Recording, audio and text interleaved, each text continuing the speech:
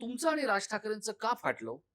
कारण तुम्ही खूप चांगले मित्र होतात हे मला माहिती आहे. मग क्रिकेट असो, साहित्य असो किंवा इतर सांस्कृतिक सिनेमा कार्यक्रम असो. असो, सिनेमा असो, या प्रत्येक वेळेला तुम्ही सांस्कृतिक मंत्री असताना आणि त्यांचे अनेक नट-नट्यांशी जिव्हाळ्याचे संबंध असताना ते तुम्हाला कामांसाठी फोन करायचे, विनंत्या करायचे किंवा सूचना करायचे. तुम्ही लगेच मानायचात. हे एवढं सगळं असताना अचानक राज ठाकरे आणि आशिष शेलार यांचं का फाटलं?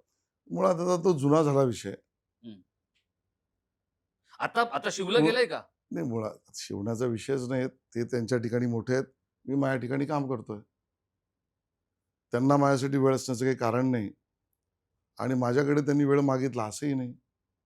बरं असं व्हावं असा अभिप्रेतही नाही. होय, जे गेले दिवस ते मात्र नक्कीच अविस्मरणीय गेले. आनंदी गेले. मी त्यांना शुभकामनाच देईन. पण मी त्यांचा मित्र नाही हे त्यांनी घोषित केलं. हे मी मान्य केलंय आणि आता मैत्री नाही हे स्पष्ट केलं.